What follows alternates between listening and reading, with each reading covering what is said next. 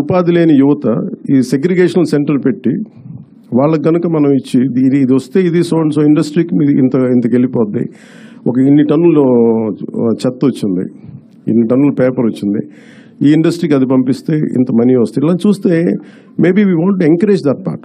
అది ఎలా చేయాలి ఏంటి అనేది మేము వెళ్ళి దిగే కొద్దీ మాకు ఎవరెవరు వస్తారు ఏమేం చేస్తారు ఆ మోడల్ మేము చాలా ఇంటెన్స్గా చేద్దాం. పిఠాపురం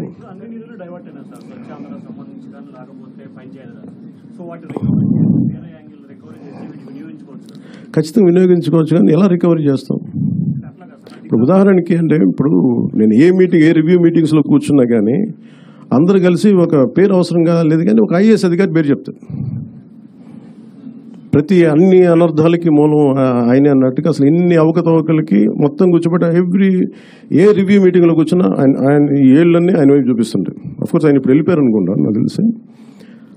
అంటే ఇట్లా ఉంటుంది. ఇప్పుడు వీళ్ళందరినీ ఎలా బాధ్యుల్ని చేయాలి అంటే ఇట్స్ వెరీ ఈజీ. అంటే అడ్మినిస్ట్రేషన్లో కూర్చున్నప్పుడు రూల్ బుక్ని దాటి అధికారులు ప్రయత్నాలు చేశారు. నేను మా రివ్యూస్లో మాట్లాడతాను, కానీ the previous government over ruled and they went away. ఎవరికి అకౌంటబిలిటీ ఫిక్స్ చేయాలి అనేది ఇట్స్ $1 million క్వశ్చన్. అది కేసులు పెట్టచ్చు నాకు తెలియదు, కానీ ఏ మూల ఇప్పుడు నిన్న ఒక రివ్యూ చేశాను.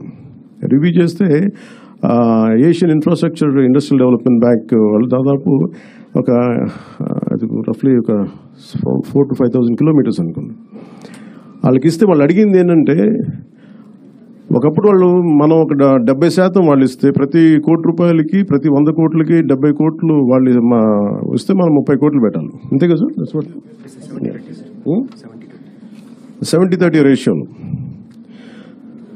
సో దాంట్లో ఇదేంటి 250 మంది జనాభా ఉన్న హ్యామ్లెట్స్ కావచ్చు, కుగ్రామాలు కావచ్చు, వాటికి రోడ్డు.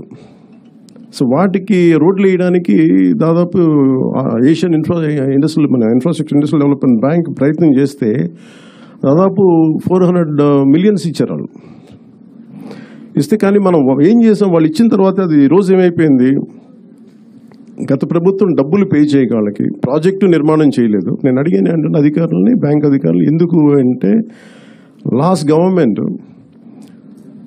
వాళ్ళు కనీసం వాళ్ళ వాటా వాళ్ళు ఇవ్వలేదు. వాళ్ళు 70 కోట్లు వాళ్ళ వంతు రిలీజ్ చేశారు, కానీ రాష్ట్ర ప్రభుత్వం ఇవ్వాల్సిన వంతుని వాళ్ళు రిలీజ్ చేయకపోవడం వల్ల వాళ్ళు ఏం చేశారు, అలా ఉంచేశారు. దాన్ని కొద్ది రోజుల తర్వాత నేను రోడ్లు వేయాల.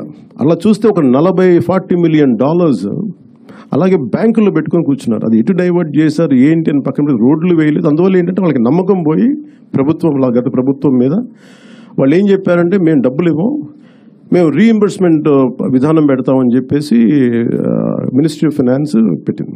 వాళ్ళు ఏం చేశారు, మొన్నదాకా మన వాటా ఇవ్వాలి 70 కోట్లు పెడితే మనం 30 కోట్లు పెట్టి ప్లస్ GST